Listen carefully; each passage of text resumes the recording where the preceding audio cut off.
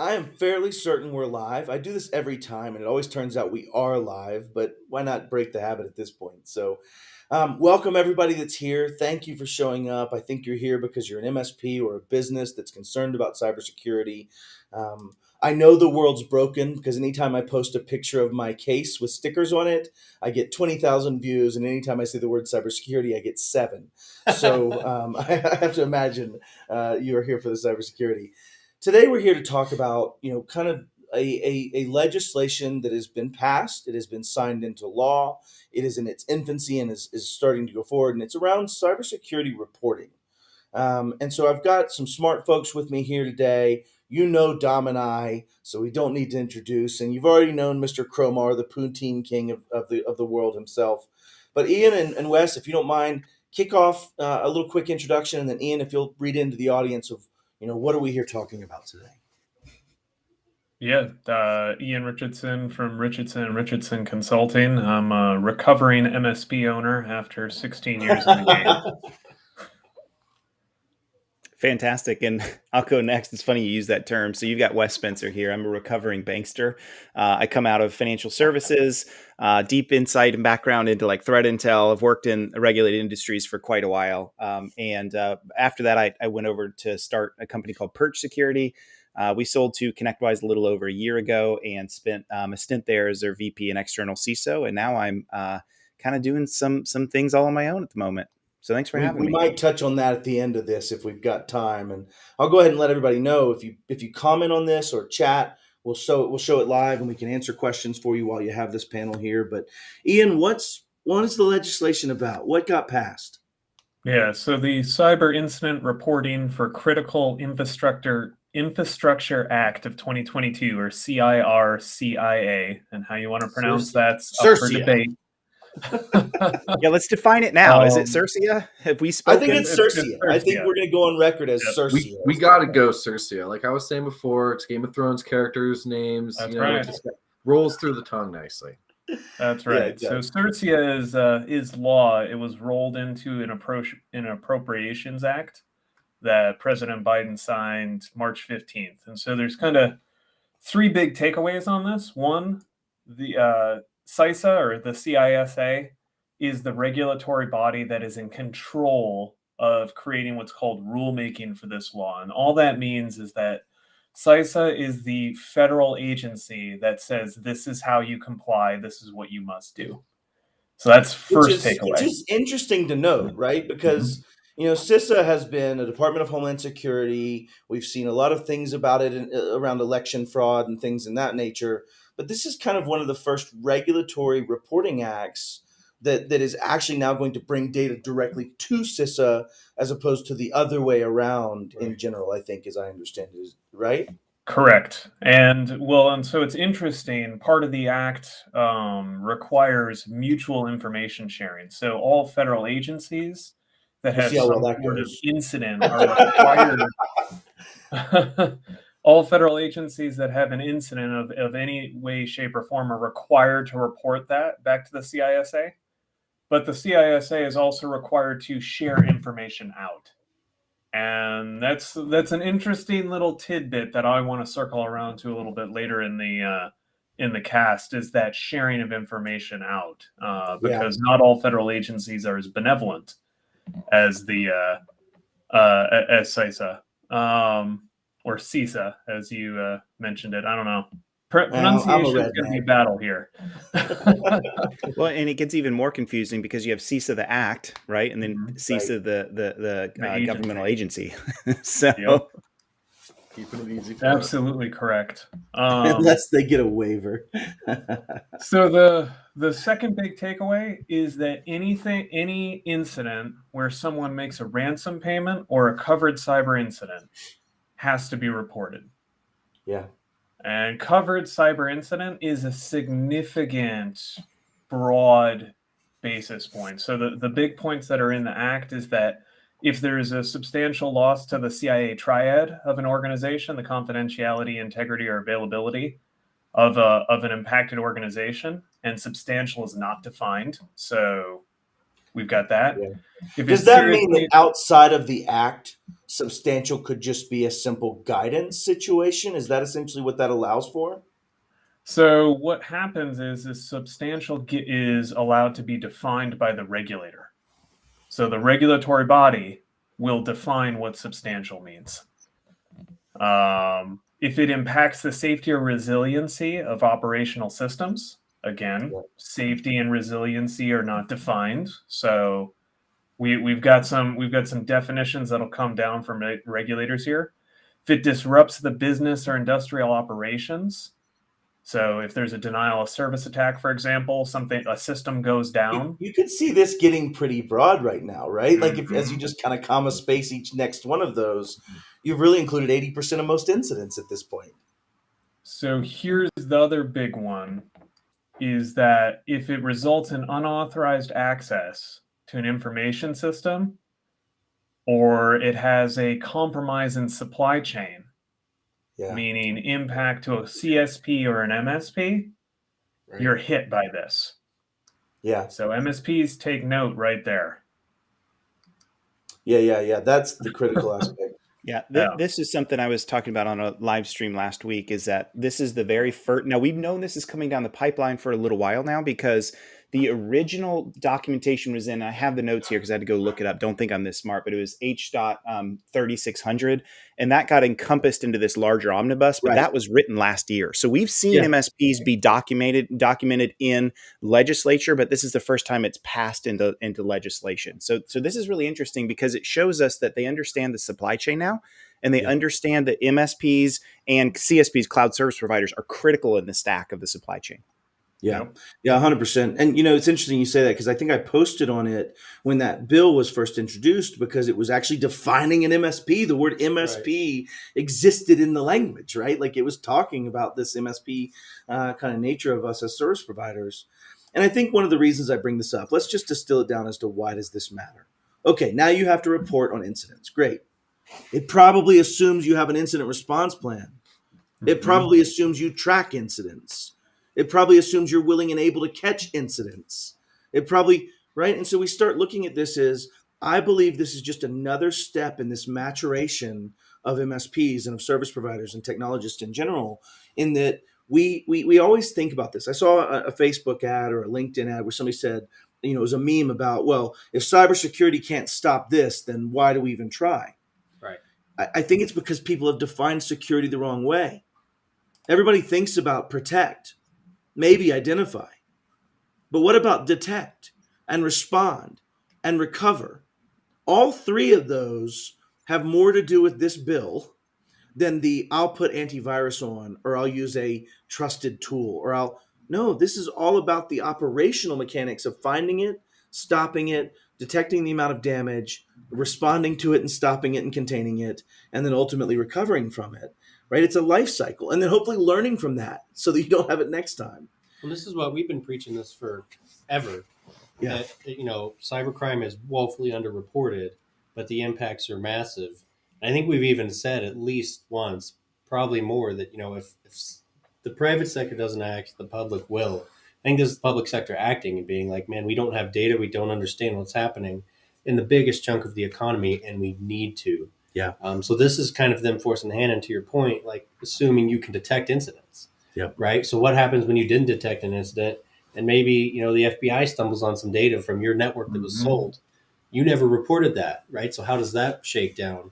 So this is also a call to action to get yourself into position, implement a framework, be able to detect incidents so that you can actually report them and be in compliance with this law. One of the things that's interesting there, Dom, that I think is a good point that you brought up, is this idea of reasonable belief that exists in it. So they talk about it, the timer, the 72-hour timer starts when you have reasonable belief.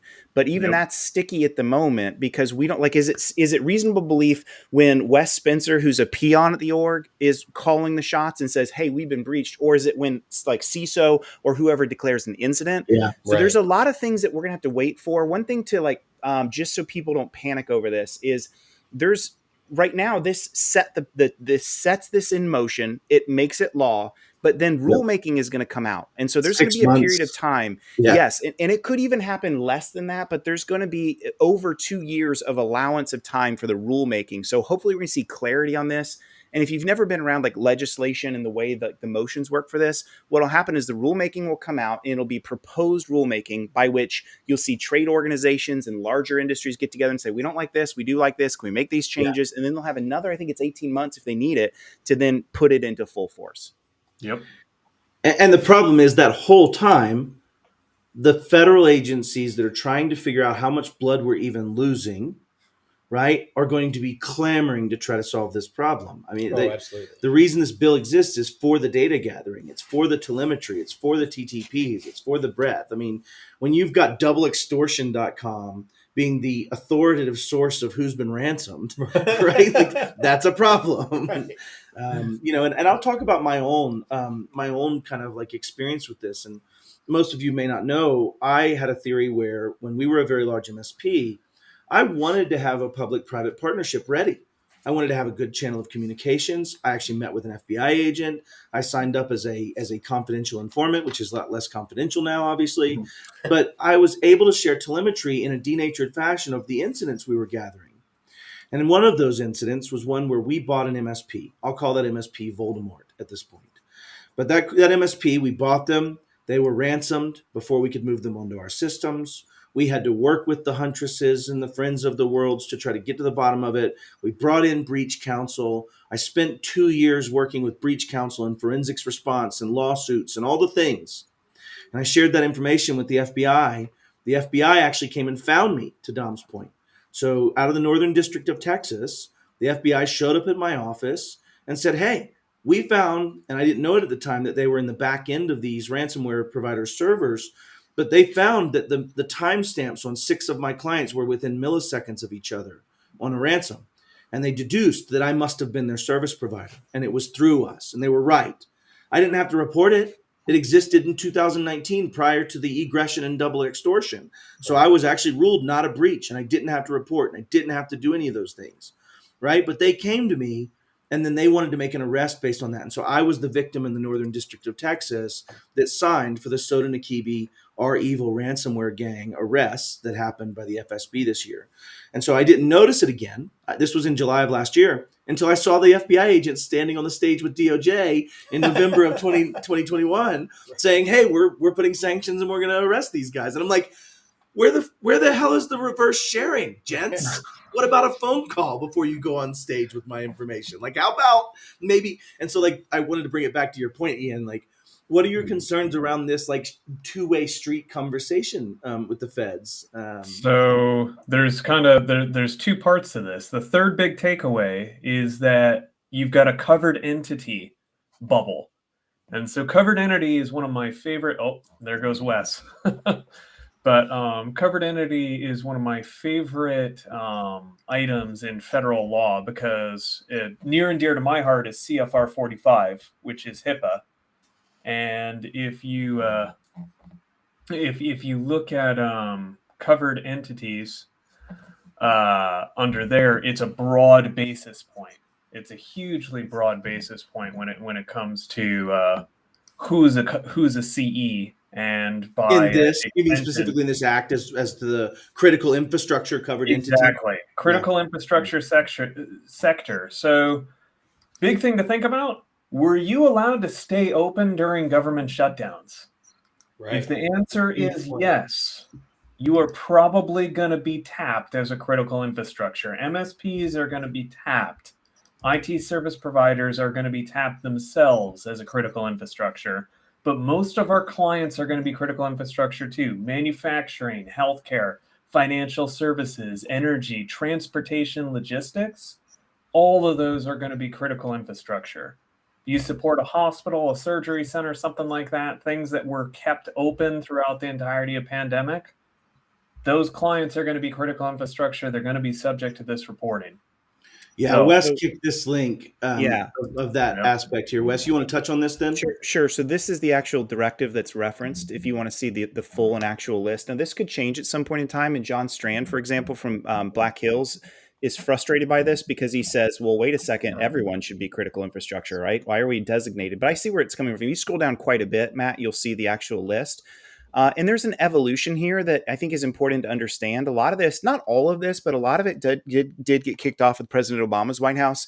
They set in motion the NIST to have governance over what a security framework looks like. They set in motion the actual creation of not ISACs. ISACs existed before this, Information Sharing and Analysis Centers, but they did. But President Obama did set the designation of what these critical infrastructure is, and then the capabilities of how the ISACs are to support that mission on the SSA side.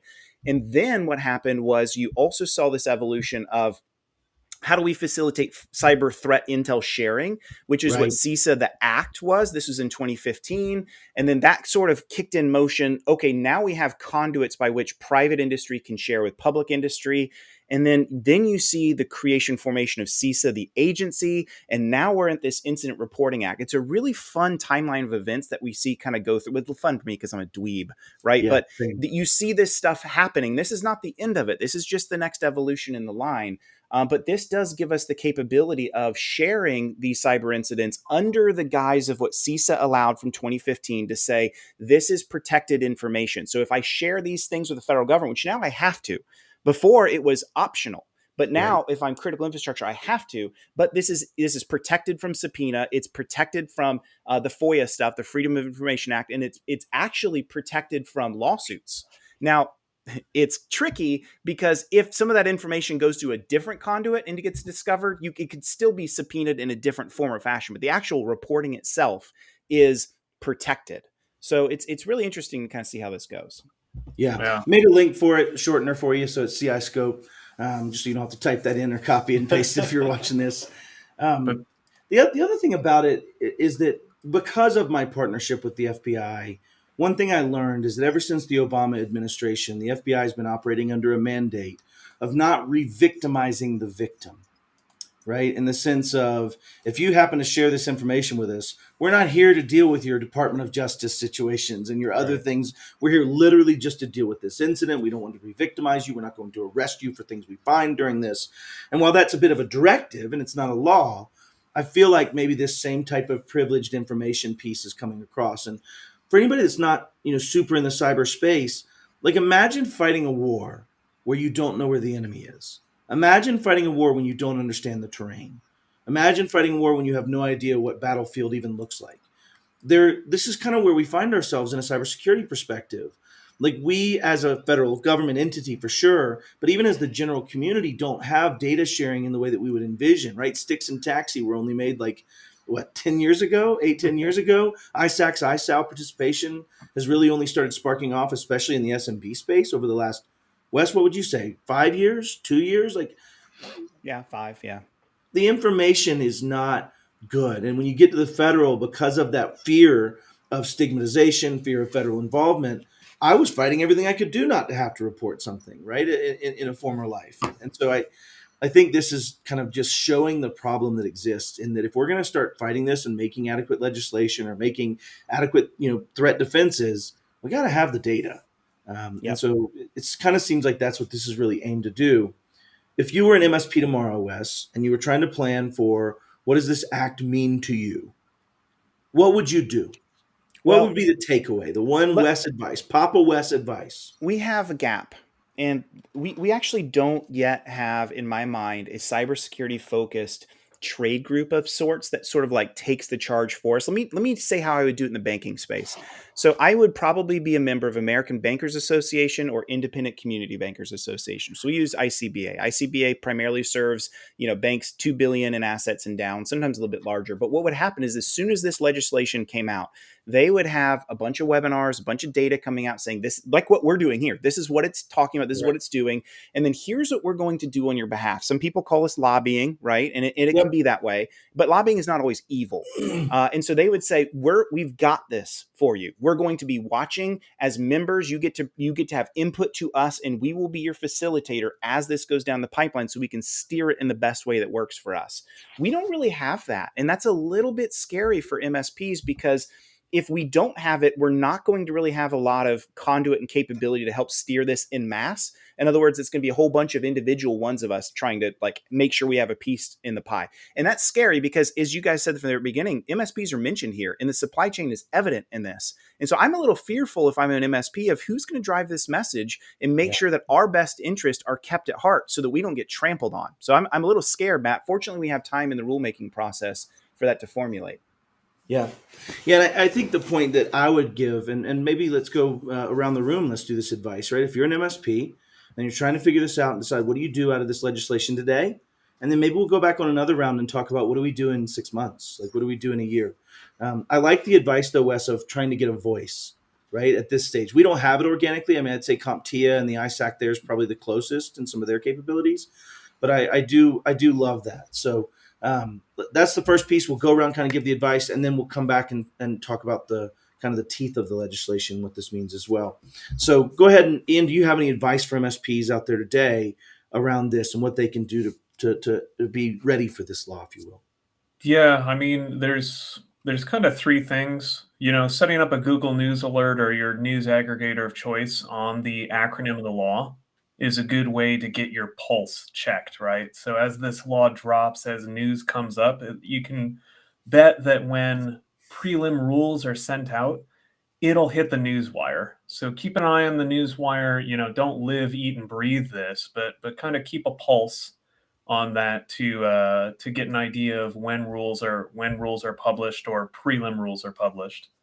I want to take a sec to say something about someone posted. David said, in the National Society of IT Service Providers, Carl Polachak, Amy Babinak, and team are set up to form this type of guidance. I think their formation speaks towards the need for this formation in general, right? I think we're all starting to grapple with that understanding. Thanks for that, David. Appreciate it.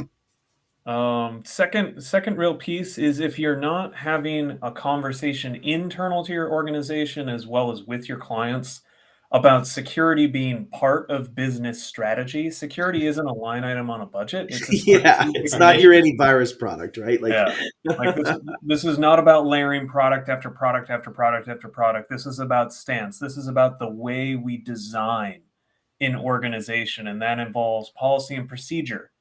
That involves HR, that involves hiring and firing, that involves technological design and infrastructure. But it's a much bigger picture than just, hey, we got to throw an EDR on things, or we need to have a security operations center monitoring our stuff or whatever, right? This is not a speeds and feeds conversation. This is a fundamental business strategy conversation.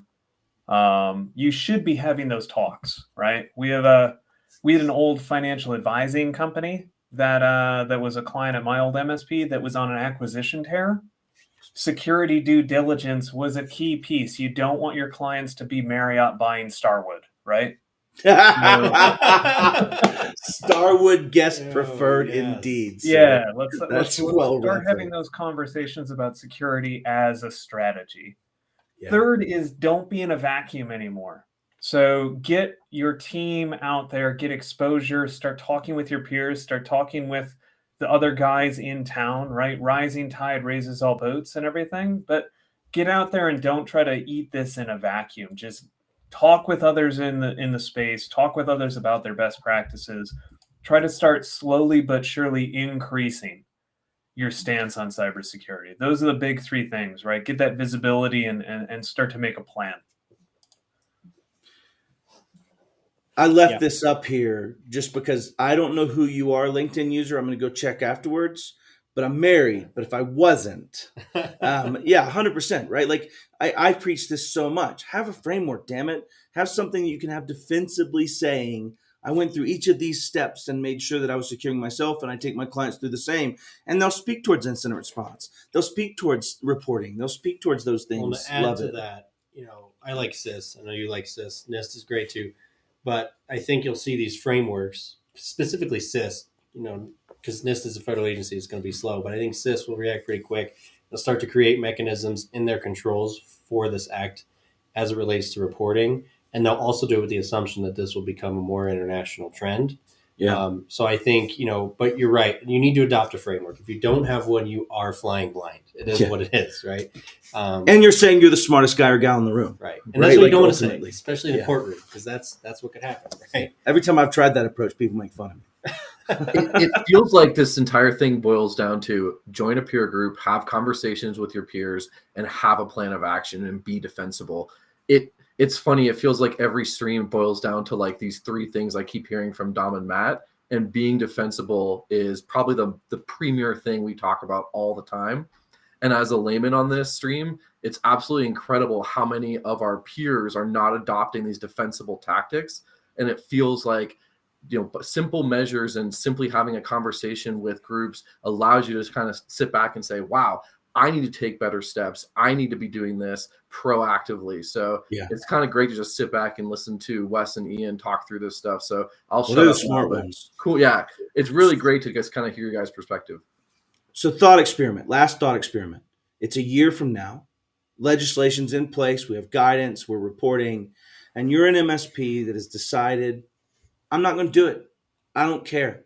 Let's talk about what are the implications of not doing this? What are the teeth? Why does it matter?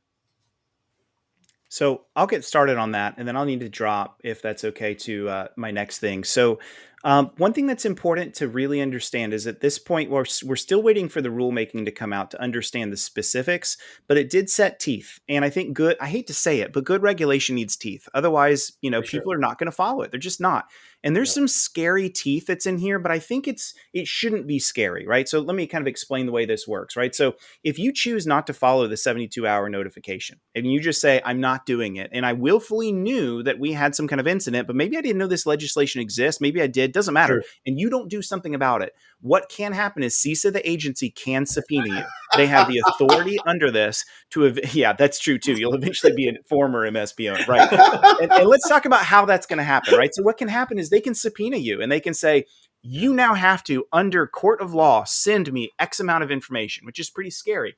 But the good news is if you comply to the subpoena, then it counts as if you published it within the 72 hours. So this is very Which is like a mea culpa, right? Like it's just a really free mea culpa. Yes. Yeah. That's the way it currently is. Rulemaking could change this, but that's the way it currently is. So I feel like that is very, very, very friendly towards like SMBs are going to be caught in the middle of this. However, and it speaks to the lack of maturity. Like they're trying to speak towards maybe they won't know.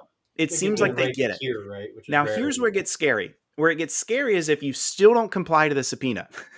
And that's when it gets really dangerous, because then you can have civil penalties, which mean fines. So individuals and organizations can be fined. And once they do finally get their information, because let's be honest here, the subpoena will turn up information. And this turns into like, remember when Uber had their very first breach? Oh, yeah. Hit the information. Should have gone to jail. Yeah. An event like this, that might happen, because if we see, if CISA sees this is significant cover up, blah, blah, blah, blah, blah, you can see the writing here that they have the ability to do one of two things. They can hand this over to DOJ to then prosecute criminally. That's legit in here. Or two, enforcement actions by a regulatory agency. In other words, for example, if you're a bank, then the regulatory agency that has enforcement over you, be it FDIC, OCC, Fed, whoever it may be, has the capability to come in and take regulatory action on you. And that's pretty scary, because then all sorts of manners of things can happen so it sort of like forwards it over to that group.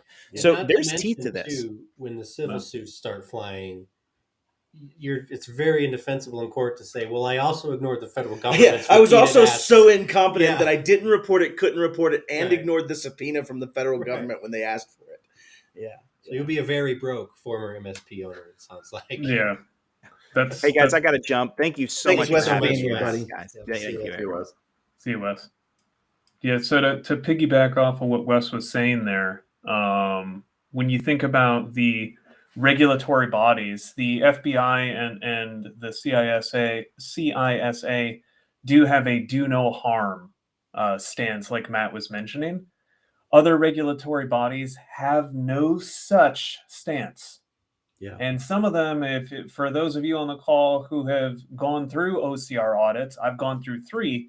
Some of them have a anti-friendly stance. They're really there to make your life hell. Yeah. So anyone who's been involved with a FINRA audit also knows what I'm talking about. So when you go through some of these regulatory bodies where there is information sharing, there is hey, there will be no course of action. Right. But that doesn't mean that there may not be attention. So if you're a healthcare body and you had a breach, that does not mean that OCR will not come by and say, hey, we'd like to talk about your policies, procedures, and controls you have in place for compliance with CFR 45. Yep. If you're an SEC regulated entity or a FINRA regulated entity, it does not mean that regulators will not come by and say, hey, we'd like to take a look at the book. I am so glad you mentioned FINRA, and here's why. No. I was FINRA regulated when I was 19 years old. I passed my Series 7, my 66, my LHVA, and I was a FINRA entity, a broker. But FINRA is a self-regulatory body. Mm-hmm. FINRA is an example of what my vision is for how we solve this. And if you look at what Wes said, or what Wes was saying, hey, other regulatory action might be taking away your license from the FINRA of MSPs, from the FINRA of technology providers, right? I imagine a world where entities like MSPs are a regulated body like a broker-dealer, and entities like a Matt Lee or an Ian Richardson are regulated entities as a one unit, as a human. And you could theoretically see a world where prosecution and or loss of licensure and livelihood are very similar to the way they are in the financial markets. Right, that's how FINRA was born, was out of the needs of the stock market crash in the early, after the 30s and 40s, and things started shaping and driving. We're in that time as MSPs. We're in that time as technologists where the government is starting to understand, wait a minute, this is a problem. Right. Right? Cromar, what are your thoughts on that? Do you think we'll ever see a self-regulatory or regulatory license model for MSPs that encompasses teachings like this? We've talked about this before, right? You got to have a license to cut hair. Why would you not need one to manage infrastructure and entire technology networks and ecosystems? And I love the comment from Stephen, right? Like now these MSPs having been defined on paper, it kind of sets the tone for these break fix guys, right? It really does kind of shape what that looks like and what they need to be doing to kind of be at the right level. Well, and honestly, this is not a negative piece. I'm not a huge regulation type of guy, but it's been wild, wild west for a long, long time. It's too bad Wes is gone. Wild, wild west. He gets jiggy with it, though. I hear he'll slap you. Oh, sorry. Is that too soon? You leave too soon early, and you get put on the hot seat for the rest of the cast. But it has been just completely huge spectrum of what is allowable and acceptable in our industry for a very, very long time. Yeah. And a little bit of policing, whether it be from self-regulation, which would be my stance too. I think that we've got an eminent number of professionals out there who could form a regulatory body and say, hey, here's the minimum standard of what we're going to need to do, to a federal or state by state agency sort of system, or by, what Heath is saying kind of in the chat, right, where maybe it's not even a regulatory action, maybe it's insurance and financial institutions and things like that kind of come in and say, hey, if you're not meeting these bars, you're not insurable, you're not able to bank with us, you're not able to seeing it, right? The system. Right. Yeah. Yep. And I said this, there was a speech that Dom and I did, or a live stream that Dom and I did about insurance a little bit back. And we were talking about these subrogations, right? They're starting to get line signatures from MSPs saying, I filled this form out and everything is true to the best of my knowledge. And I know that, 100%. And if you look back at Salesforce mandating MFA, Heath, I appreciate you giving me this giant fodder right here. But that's also part of this problem. Software vendors have, up till now, it has not been cool to deal with security. So they've never forced these things. Why in the hell can I even make an insecure password in Microsoft? Why in the hell can I not have MFA? And when I've posed this question to vendors in the past, the answer is we're afraid of losing revenue. If we turn this on, we're afraid of losing revenue. Yeah, Ian, great point, right? Yeah. Google enforcing MFA, same conversation. You're starting to see where it's cool, and also, space, attorneys think this is really cool for my organization, for us to force these things on our people, come hell or high water. And it's also this point where we are now in a point where people are asking about security. Well, what is security? It's also Salesforce forcing MFA, Google forcing MFA, while they're transferring risk in the same way they're reducing risk they've been afraid to in the past. And so I call that acceleration on acceleration Well, eventually this rolls down to the consumer. Like Google is doing that on consumer accounts with they meet certain conditions. I think you need to be a creator or whatever, but they're getting there. My point is that as a consumer, I am now forced to use MFA, right? On my gmail.com account, if I don't have MFA, well, I can't turn it off, right? I've always had it on. But so I'm now very exposed to that. Even if I wasn't someone in the industry who understood these things, I'm very exposed because I had to set it up. If I go into my Salesforce, where there's probably a lot of data about a lot of people, and I realize that's not happening, I might start to ask questions. Right? That's the kind of consumer that I hope to that these Google mandates and other mandates build is a consumer that's a little bit more aware and can actually start these conversations too. Yeah, I think Matt it's a brings up a good maturation. point. You talked about it not being cool to have security as a software vendor created barriers to entry for people to be utilizing your stuff, right? It was more clicks, more touch. And now, to your point, Dom, the consumers are familiar with these security components, right? Consumers are familiar with MFA and what they have to do to access their banking records or whatever it might be. They're familiar with cybersecurity breaches and threats. People hear this stuff on the news every day. So it's not as crazy to instill this as a Salesforce or other large entity it downstream into your company, your users, etc. Because people are now seeing this stuff in everyday life, right? Like it's no longer crazy for them to have MFA across the board on things they're utilizing. Right. Well, like one other thing around that is in IT, and this has been the experience for decades, right? So this is not a new problem, but we have done a terrible job at mandating the standards of being the doctor, right? Yeah, like it's being prescriptive. The problem is we are asking non-technical, non-security focused individuals to make highly complex decisions about basics, like the ability for MFA to even be a conversation. Right. No, this is the way it's going. There's no other way that this works now. Yep. Right? Like this is sorry, we're doing it. And once you choose that way, it's education now, right? Yeah. It's not decision. It's not fighting for this and hoping they'll, right? It's just education. Oh, your MFA is slow? Let me teach you. Let me help show you how this, let me set the right, I think what we're getting to, and I love you for this, Ian, because I've always been this person. This is the way. Like if I had known Mandalorian was coming out, I'd have been a billionaire, right? Like I would just license This Is the Way. Like it would have been the thing. But yeah, 100%. A lot of times you have this interesting mix of MSPs being massively technical and trying to fight it from a technical argument. When this is a business conversation, right? To your point, Ian, this is a business conversation. I love Stephen here saying there's a large local energy company in North Carolina. And if you think about it, it's because they are definitely critical infrastructure, right? That has a questionnaire and a multi-round interview process with a committee in order to be a sub with them. Good. They're trying to realize that it's their job in the absence of any other systemic function to try to sort out the turds from the non-turds. And it can't just be a simple questionnaire anymore. And so I love that, Stephen. Thank you for sharing. Also, one more thing that's just a pet peeve, not super related to this conversation, but it goes back to this. Cybersecurity from a vendor perspective is this histrionics aspect of, I can protect all bad stuff. I'm going to get your computer saved. And yet we let people have local admin privileges where I, as a threat actor, can land and expand, right, without anything stopping me because I'm just going to go underneath your antivirus because I have admin, right? I'm just going to, right? And so you get into this world where we are seeing so many of these phases all come together at the same time, right? I imagine we could sit here and riff about all the maturation and maturity we've seen in this industry over the last 5 years that we've not seen in the last 20 years. In that respect. And so I love it. Great examples. Thanks, Matt. Appreciate you.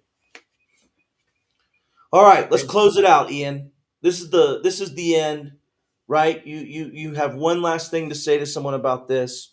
What would you ask someone as an MSP to think about around the things we're talking about today, around the actual legislation asking you to report? What else would you give as advice to close this out? I mean, if you above everything, if you've been waiting for the bell, like it just got rang. Yeah. Either get on the boat or get out of the game, guys. Like it's the late adopters, we don't have to prescribe, we don't have to do this, we're going to not roll security in to keep our costs low or whatever, like that ship has sailed. Yeah. It is time to get in and start having conversations, because just like the thread has kind of touched on in the chat, and just like we've touched on the panel here, people are coming for us. Threat actors out there know what an MSP is. Insurance companies know what an MSP is. Lawyers know what an MSP is. And the federal government now is defining what an MSP is.